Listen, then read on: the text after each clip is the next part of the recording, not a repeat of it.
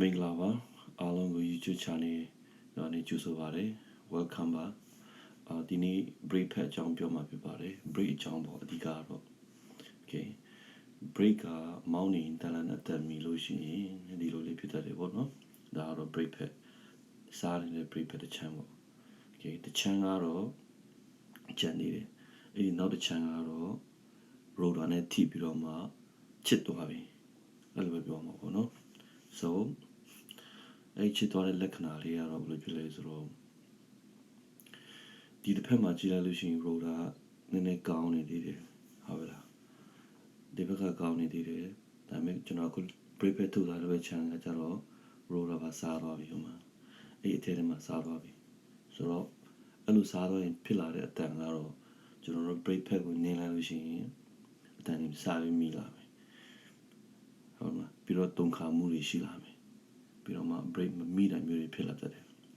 အဲ့ဒါဆိုရင် break ကိုပြင်ဖို့လာချောင်းလာပြီးတော့ဟုတ်လား okay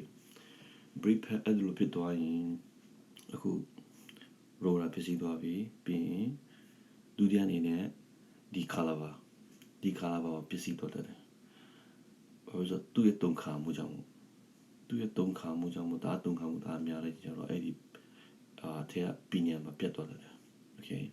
so ဒီဘက်ချမ်းမှာကျတော့ဘိန်းလုံးရဲ့ဒီချမ်းကျတော့မစားသေးဘူးအကောင်ပကတိပဲရှိသေးတယ် okay ဒီဘက်ချမ်းလေးဒီတိုင်းပဲဆိုတော့ဒီဘက်ဒီကားဒီဘိန်းကျတော့ကျွန်တော်တို့ break pad လေးဖို့ရှိတယ် rotor လေးစရာမလိုဘူး